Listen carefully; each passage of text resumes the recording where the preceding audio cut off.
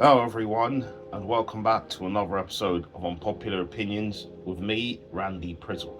How you guys all doing out there? Everything good, shway, crispy, airy. But let's get on to this episode of Unpopular Opinions. If you're in this episode or any of the previous episodes, you know what to do below.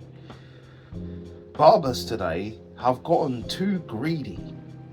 Now, I understand this talk about barbers and the fact that they're charging so much money just for a haircut. I've seen some people go to the above and beyond and extreme measures just for a serious haircut. Some of these people are giving them facials now and doing all this stuff, patterns in their head, wrapping towels around their faces and all of that, giving them a full body massage with treatment. It's like, raw, man's supposed to go to a spa as well as get a haircut. I didn't know that was on the books.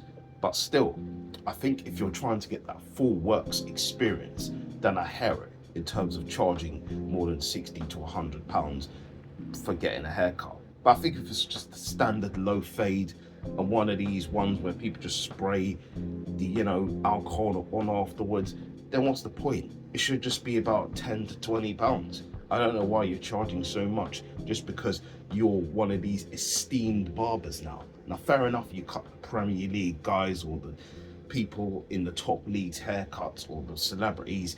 Cool, you could charge them that money because they're worth it, right? They can just pay you whatever. But the people in the community who need just a simple low fade, who just need just a touch up, I don't know why you're charging some ridiculous prices for that. I get the inflation and the government right now is doing a madness, so you probably need to keep up with the taxes and all of that. But allow it, man. You got to have the code for some of the man them out there, especially when it's peak out here. Next one. Students, in his opinion, or their opinion, should not take home any homework. If homework is a learning opportunity, give them school time to work on it. I hear what you're saying in some ways, but I feel like you do need to get yourself to the point where you know much when you take your stuff home. You obviously have to be one step ahead.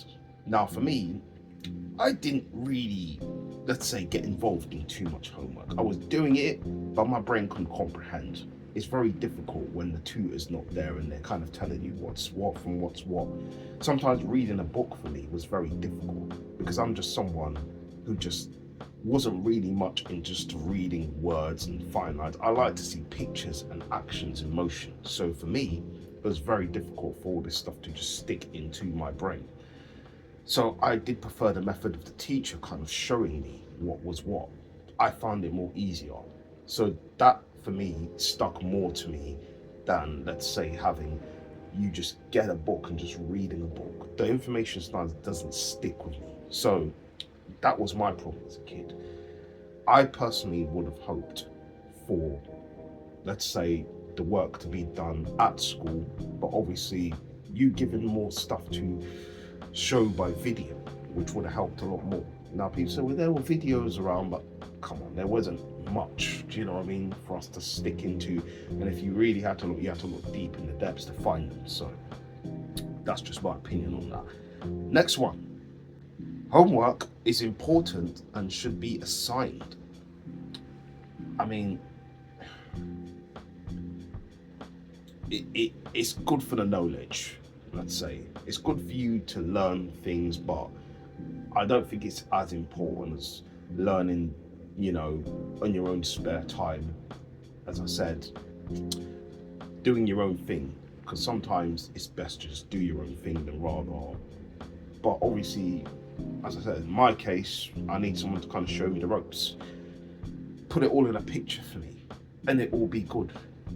Next one. Most people should never give money to a charity. Now, it depends what charity it is. Now, some charities out there would say they're doing it for the cause, the greater good, and some of them aren't. You know what I mean? SPAC Nation says they're just taking people's money and they're doing whatever they want with it. You know what I mean? It's not going to the right people. You know, I've seen all these people on all these channels advertising all this in need and all of that, and where does it go? Where does the majority of the money go? It doesn't go to the people in need. Most of it goes into their pockets. Oh yeah, we ran this fun organization, but it goes into our pockets. Nah, I can't stand for that. That's why man doesn't donate to any of those people. People who put the links and the people who actually show what's going on and what's what.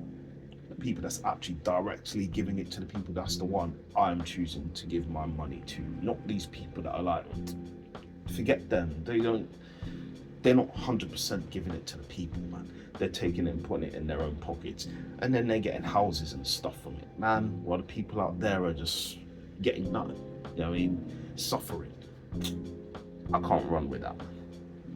Alright, well that's it for this episode of Unpopular Opinions. Big up yourselves, first time watchers, season watchers. Appreciate you guys' time. And you know what to do below if you're feeling this episode or any of the previous episodes. But that's it. And I'll give my opinions and I'll react later on. Let's go.